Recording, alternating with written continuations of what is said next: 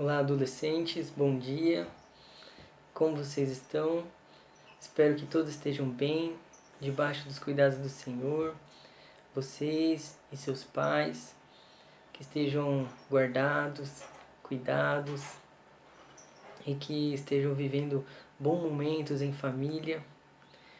E hoje nós teremos a lição de número 4 de nossa revista.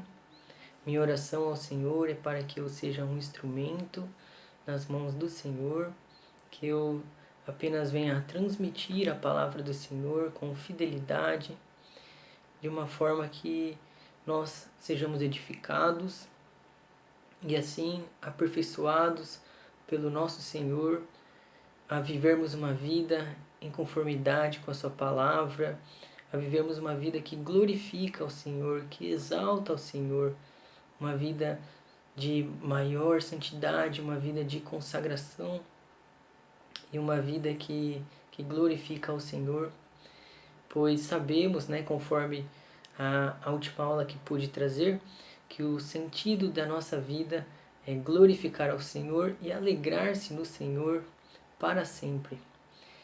Caso você não tenha assistido a última aula com a professora Jailza, eu recomendo esta aula, uma aula abençoadora, sobre a importância da igreja, do corpo de Cristo, da comunhão, combatendo a tendência atual corrente dos desigrejados, que nós sabemos que de fato não está de acordo com o que o Senhor nos instrui. E também, espero que esteja acompanhando as aulas do professor George, aulas abençoadoras, edificantes, que tem nos aperfeiçoado, nos agraciado. E espero assim que vocês estejam acompanhando domingo após domingo, com bastante disciplina, as aulas de nossa escola dominical. E muito bem. Hoje eu pedirei para que vocês estejam com suas Bíblias, que estejam com elas em mãos, para que possam acompanhar os textos bíblicos. E nós iremos iniciar a leitura de 1 João, capítulo 2, versos 15 a 17. Primeira Epístola de João, capítulo 2, versos 15 a 17. Antes de nós lermos o texto, eu irei fazer uma oração.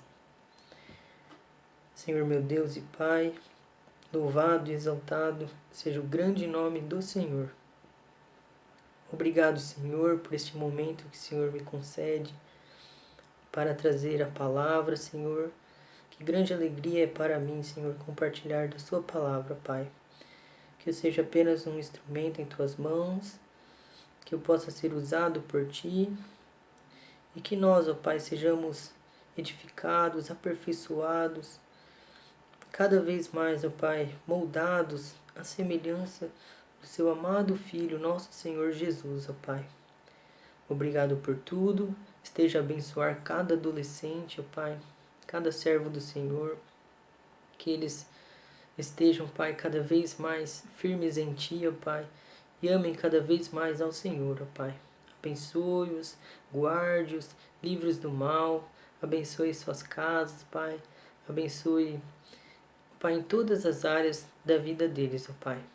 Obrigado por tudo, nós pedimos perdão por nossos pecados e oramos no nome santo e excelso do Senhor Jesus Cristo. Amém. Muito bem, então iremos fazer a leitura do nosso primeiro texto. Está lá em 1 João, capítulo 2, versos 15 a 17. Diz assim a palavra do Senhor. Não ameis o mundo, nem as coisas que há no mundo. Se alguém amar o mundo, o amor do Pai não está nele. Porque tudo que há no mundo, a concupiscência da carne, a concupiscência dos olhos e a soberba da vida, não procede do Pai, mas procede do mundo. Muito bem, o autor da epístola, né, como nós sabemos pelo nome, é João, o apóstolo João, o discípulo amado, e aquele que muitos concordam de que foi aquele que tinha maior proximidade com o nosso Senhor Jesus durante o seu ministério.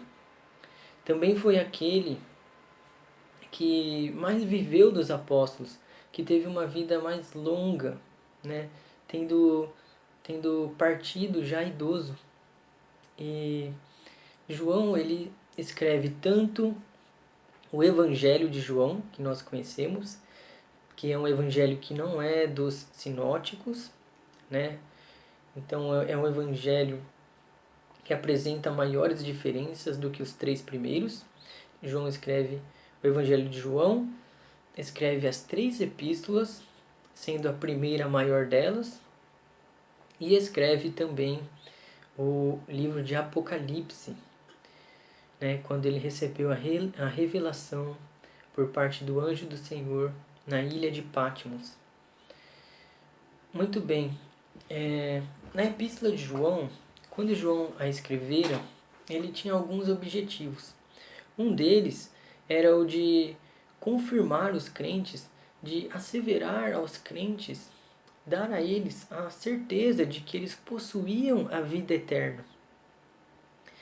E então João faz isso no seu capítulo 1, né, asseverando a eles que eles tinham a vida eterna, que todos aqueles que de fato foram regenerados tinham a vida eterna.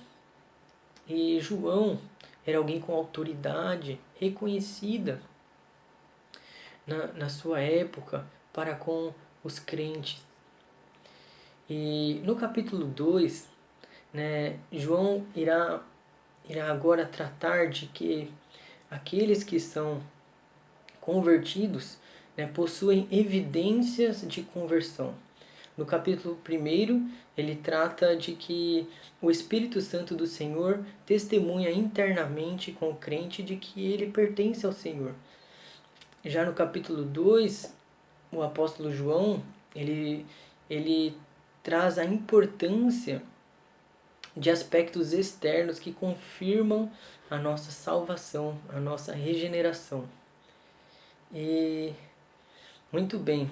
Então, no texto que nós lemos, né, nós vemos que João diz para que os discípulos, né, para que os discípulos de Jesus, para que os crentes não amassem o mundo nem as coisas que há no mundo. Se alguém amar o mundo, o amor do Pai não está nele. Olha só o que diz a palavra do Senhor. Aqui, a palavra mundo não corresponde à perspectiva geográfica do mundo, né?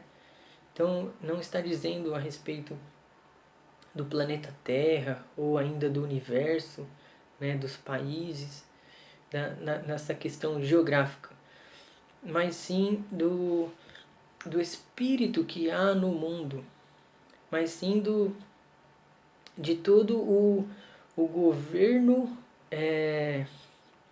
um governo que não é cristão, né, mas sim da cultura vigente do mundo, né, do que é propagado no mundo, os conceitos, as ideias, o que é propagado em lugares, né, que não são cristãos, né? Então, o mundo aqui, o sentido, é nesse sentido do espírito do mundo, né? Das coisas seculares, mas não somente seculares, mas no sentido, como eu posso dizer, no sentido mal mesmo, né? Ou seja, das coisas que não pertencem ao Senhor, que o Senhor não aprova. Não ameis o mundo, nem as coisas que há no mundo. Se alguém amar o mundo, o amor do Pai não está nele. Então aqui nós já vemos uma condição, né? Uma diferenciação, melhor dizendo, daqueles que têm o amor do Pai e daqueles que não, né? Aqueles que amam o mundo não têm o amor do Pai. E aí ele diz no verso 16: porque tudo que há no mundo, a concupiscência da carne, a concupiscência dos olhos e a soberba da vida, não procede do Pai, mas procede do mundo. Então nós podemos ver que há uma oposição aqui entre o Pai, a pessoa do Pai, e o mundo. E ele destaca então esses três aspectos, né? Essas três correntes que há no mundo: a concupiscência da carne, a dos olhos e a soberba da vida. No verso 17, ele diz: ora, o mundo passa, bem como a sua concupiscência. Aquele, porém, que faz a vontade de Deus permanece eternamente.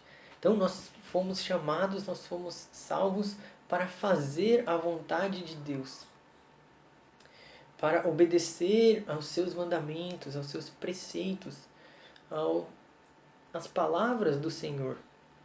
E não andar conforme o mundo, conforme a concupiscência dos olhos, da carne e a soberba da vida. A concupiscência é uma palavra cujo significado é um desejo impetuoso, ávido por algo mal, por algo corruptor, por algo ruim, né? Então, aqui não é um desejo neutro, né? Mas um desejo por algo ruim, pecaminoso. E isso, né, ele destaca a carne, os olhos e a soberba da vida, né? Nós, nesta aula, iremos tratar em parte sobre essa questão do olhar e a questão da vida no geral, da necessidade de santidade na vida no geral para com o crente. O inimigo, Satanás, ele faz uso, né, ele faz uso de muitas coisas para nos fazer cair, para nos levar a tropeçar, né, a pecar. E os nossos olhos pode ser uma, como posso dizer, é uma oportunidade para que Satanás nos leve a pecar. Nós devemos, assim, então, ter cuidado com os nossos olhos, com o que nós colocamos diante dos nossos olhos. E eu gostaria de fazer um destaque, né, introduzindo um pouco no sentido dos tempos que nós vivemos, né, nos dias que nós vivemos. Não somente nestes últimos dias, mas no século XXI no geral. O século XXI, né, a pós-modernidade, por assim dizer, né, ela trouxe consigo o advento da evolução tecnológica, do avanço científico, e assim muitas coisas, muitas facilidades foram nos dadas, né? E eu destaco, né, aqui coisas, né, como, por exemplo, o fato de termos televisão, né, coisas que no século XX, por exemplo, né, as pessoas não tinham, né? Então vejam como nós vivemos num período curto, né, em relação à história do mundo, né, em relação aos anos anteriores. Um século antes, já não havia televisão, já não havia computador, já não havia celular.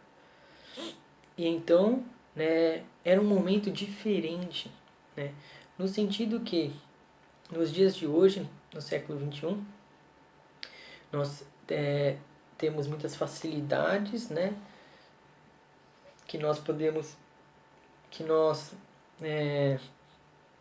temos, né, que nos são dadas, né, ferramentas. Então, como por exemplo o celular, hoje em dia você pode fazer diversas coisas pelo celular. Inclusive, é bem possível que o celular já esteja substituindo a televisão, né, no sentido de uso, né?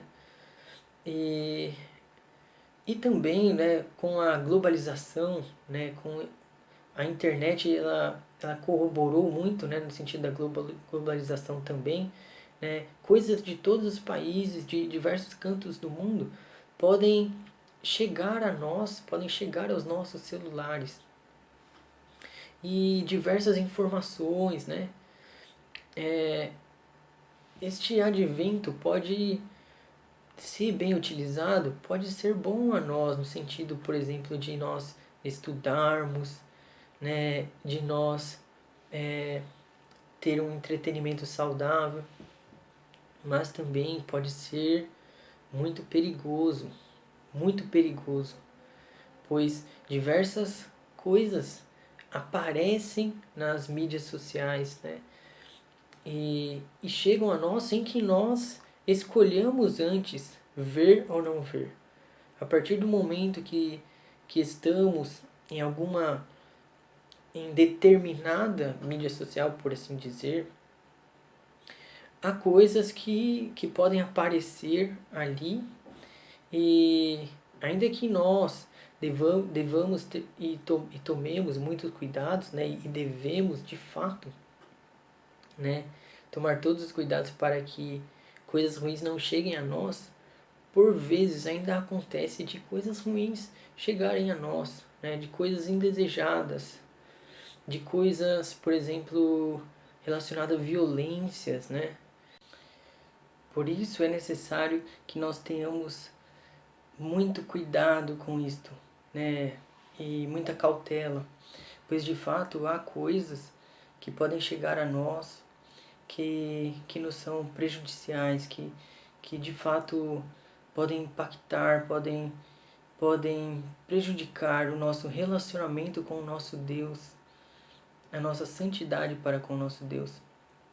Então, coisas como cenas violentas, como cenas terríveis que nós não imaginaríamos ver na vida real, por assim dizer, né? Ver concretamente, podem aparecer em um filme, né? Por exemplo.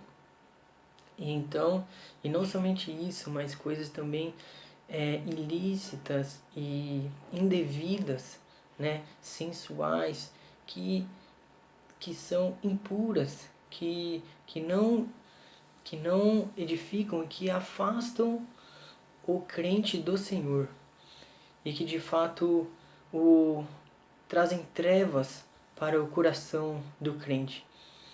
Então é necessário máxima cautela. Nós, né, que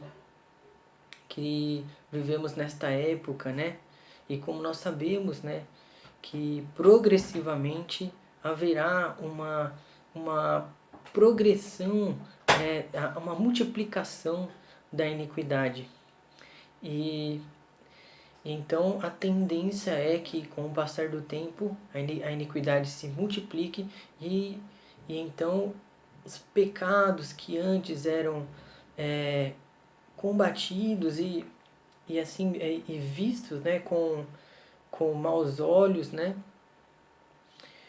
a tendência é com que isso vá se relaxando, e com coisas que antes eram hediondas, que eram horríveis, passam a ser tidas como normal, como aceitas. Então devemos ter máxima vigilância e máxima cautela para nos resguardar, para nos proteger, para agradar ao Senhor, para não satisfazermos as obras da carne, a inclinação da carne, mas sim andarmos no Espírito do Senhor, pois fomos regenerados pelo nosso Senhor. Ele nos deu nova vida com Cristo. Ele nos salvou, somos raça eleita, nação santa, somos propriedade do Senhor, né? Assim como Israel era um povo exclusivo do Senhor, né, no passado, agora a Igreja de Cristo, ela é também um povo exclusivo do Senhor para andar em santidade. E nós veremos isso em alguns versículos hoje também. Muito bem. Eu iria apenas virar aqui. Ok. Muito bem. Vamos abrir nossas Bíblias agora em Mateus capítulo 5, verso 29. Vamos lá, Evangelho segundo Mateus, capítulo 5, verso 29.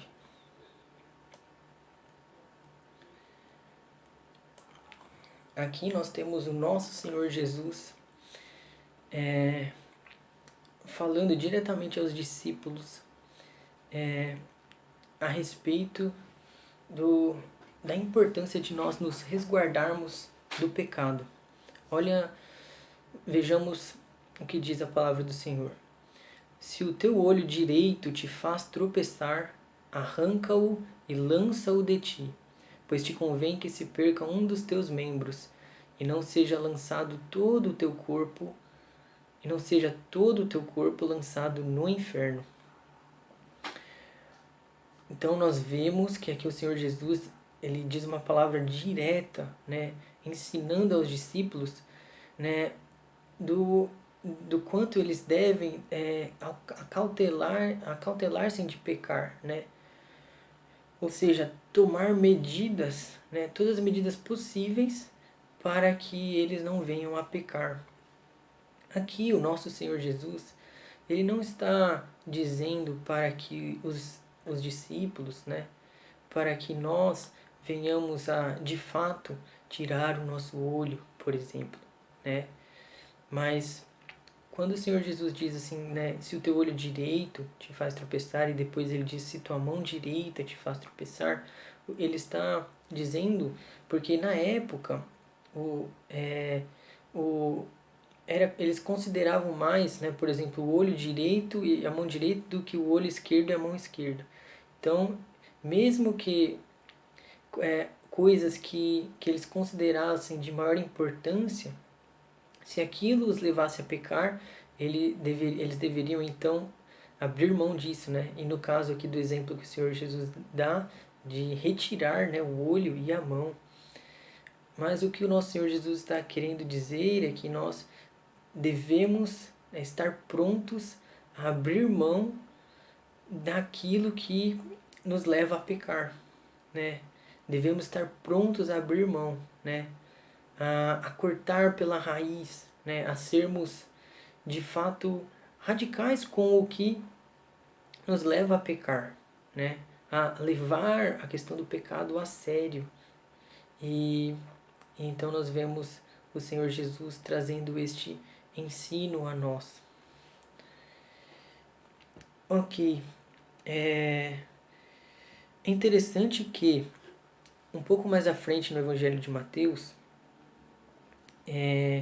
o evangelista irá trazer mais um relato do Senhor Jesus muito semelhante, que ele vem a dizer novamente. Os discípulos, eles estavam perguntando ao Senhor Jesus, né, quem seria o maior no reino dos céus? E assim o Senhor Jesus, no momento, ele toma uma criança, né, e ele diz, né, que seriam, que se eles não fossem como crianças, né, eles não entrariam no reino dos céus. Eu abrirei aqui o texto, Mateus capítulo 18, vamos lá, Mateus capítulo 18, versos 8 a 9. E aí ele vem a dizer, né, qualquer, porém, que fizer tropeçar um desses pequeninos que creem em mim, melhor lhe fora que lhe pendurasse ao pescoço uma grande pedra de moinho e fosse afogado na profundeza do mar. O Senhor Jesus está dizendo a respeito dos escândalos, né? Dos escândalos. Ele diz que é inevitável que haja escândalos, mas ai do homem pelo qual vem o escândalo. Olha só. E isso então deve nos levar, nos conduzir, né, a um maior desejo por pureza, por santidade, para que não venhamos a trazer escândalos jamais aos nossos irmãos, aqueles que creem no Senhor Jesus, né? E então, como eu havia dito, né, aqui no verso 8 e 9, o Senhor Jesus ele diz novamente, no verso 9, se um dos teus olhos te faz tropeçar, arranca-o e lança-o fora de ti. Então ele repete a mesma, de uma forma muito semelhante o que ele havia dito antes no Sermão do Monte. E nós podemos entender então que o Senhor Jesus quer dizer que nós devemos estar prontos a abrir mão de coisas que nos levam a pecar, né? Devemos estar prontos, de prontidão e atentos, né? Para que nós nos afastemos, nós nos desviemos, nós nos apartemos daquilo que pode nos levar a pecar. Abrindo em 2 Coríntios capítulo 7, verso 1, vamos abrir nossas Bíblias lá. 2 Coríntios capítulo 7, verso 1.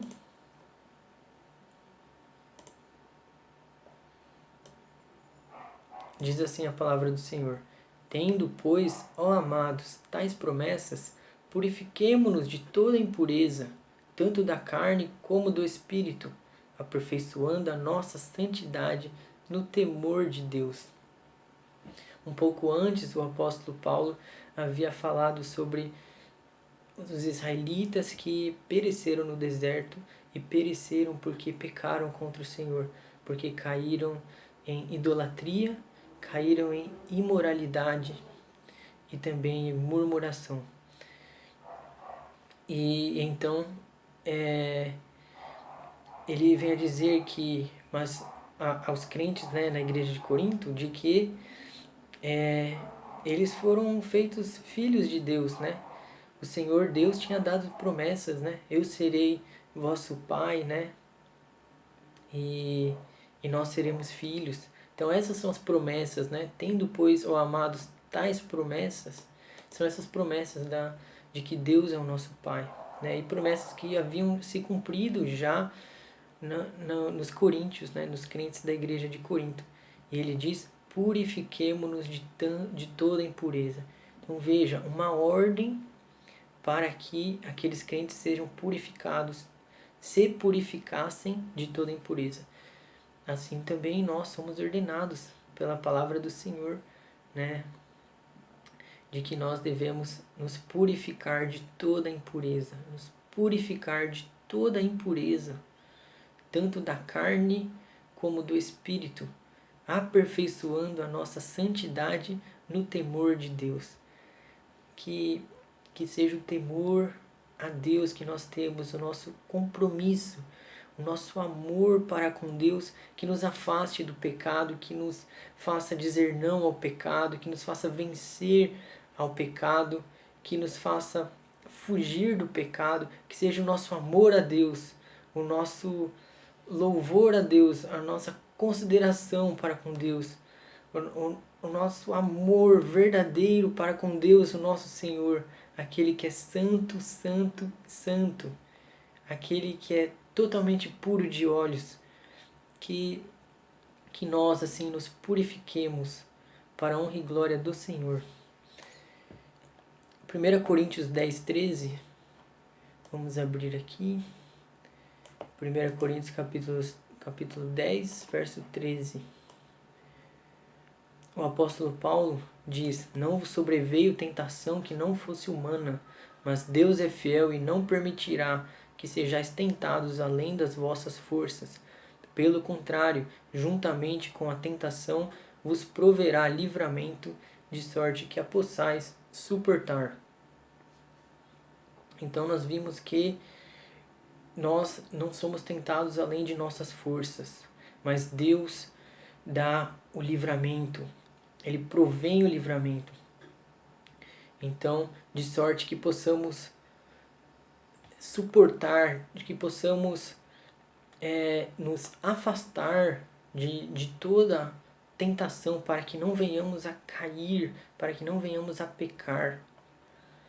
E então aqui no contexto, né, ele estava dizendo, né, na verdade, me desculpem, neste contexto era a respeito dos israelitas, né, que haviam morrido no deserto por causa da idolatria, da imoralidade e da murmuração, né, é neste contexto.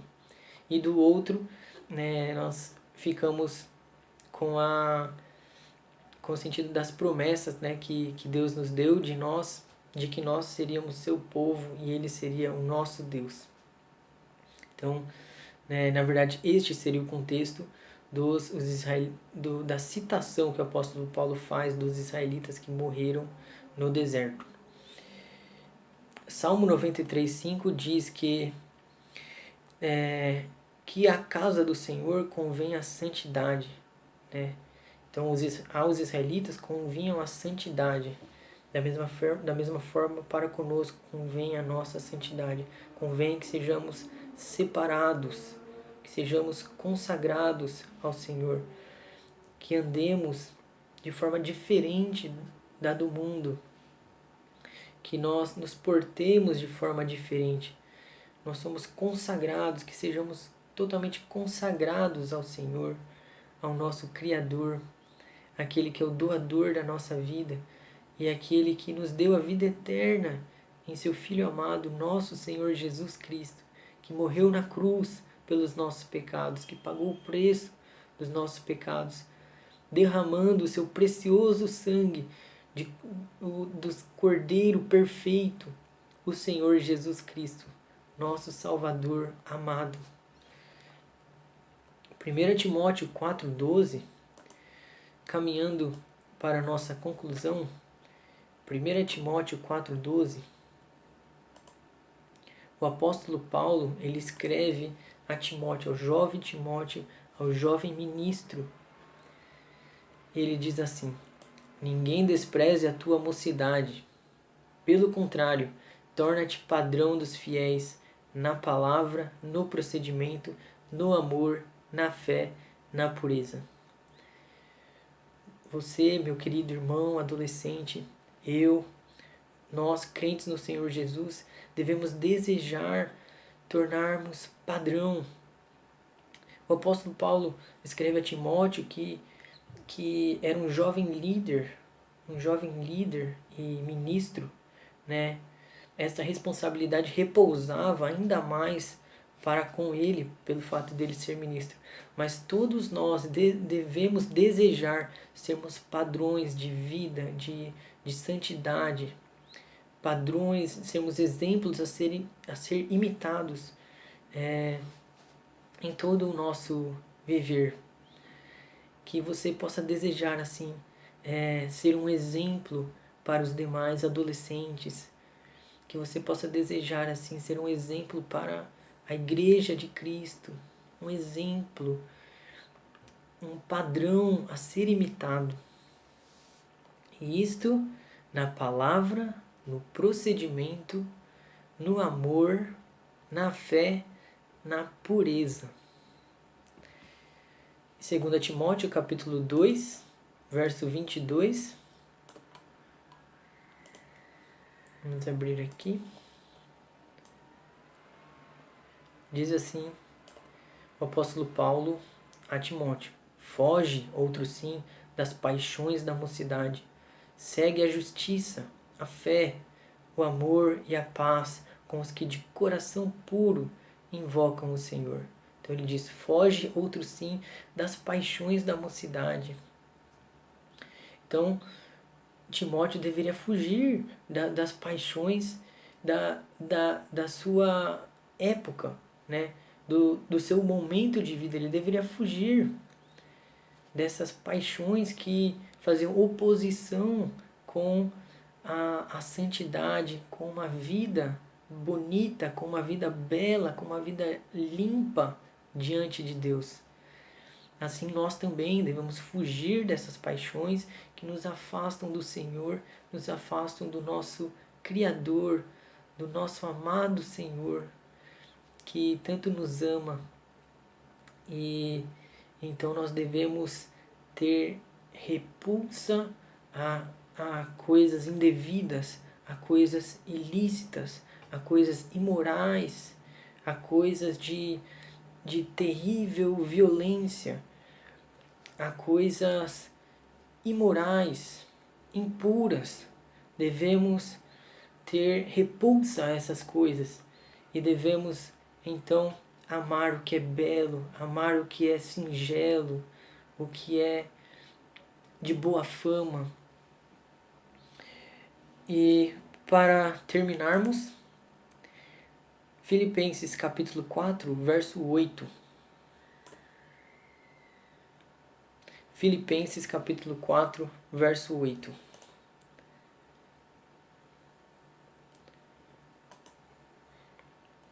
Diz assim a palavra do Senhor: Finalmente, irmãos, tudo que é verdadeiro, tudo que é respeitável, tudo que é justo, tudo que é puro, tudo que é amável, tudo que é de boa fama, se alguma virtude há e se algum louvor existe, seja isso o que ocupe o vosso pensamento.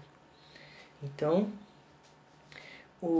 aqui no contexto, o apóstolo Paulo escreve aos Filipenses dizendo que eles não deveriam andar ansiosos de coisa alguma, né?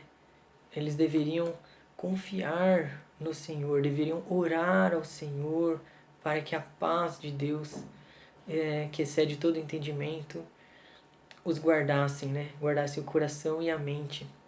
E um pouco antes diz, né? Seja a vossa moderação conhecida de todos os homens, perto está o Senhor. Mas nós podemos entender aqui que coisas boas devem ocupar o nosso pensamento. Nós devemos alimentar nossa mente com coisas boas, né? Devemos alimentar nossa mente com a palavra do Senhor. Devemos alimentar nossa mente com coisas saudáveis, com coisas dignas, com coisas edificantes. E assim, né? Nós teremos pensamentos bons, nossa mente estará, né? Estará mais límpida para a honra e glória do Senhor, né? E então devemos agir assim, né? Isto deve ocupar o nosso pensamento, o que é respeitável, o que é justo, o que é puro, o que é amável, o que é de boa fama.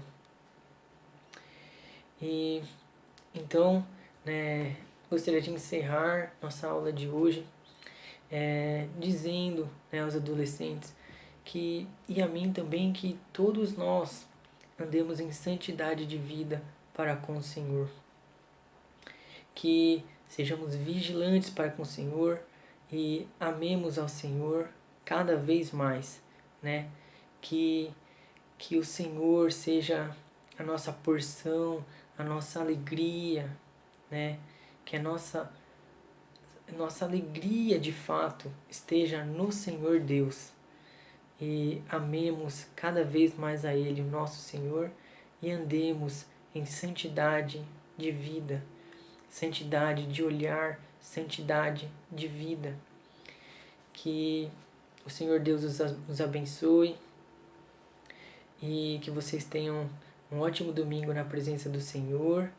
E lembrem-se sempre de andar em santidade de vida para a honra e glória do Senhor. E que Deus abençoe muito, muito. E que Deus assim abençoe seus pais, sua família. E que nós nos encontremos com a graça do Senhor numa próxima aula. Que Deus abençoe, querido adolescente. Que você prossiga firme no Senhor. Que prossiga amando a palavra de Deus. E sabendo de que Deus é conosco. O Senhor Deus, Ele jamais nos abandonará. O Senhor Deus salvou-nos através do seu Filho amado, nosso Senhor Jesus Cristo. Que Deus o abençoe e até a próxima.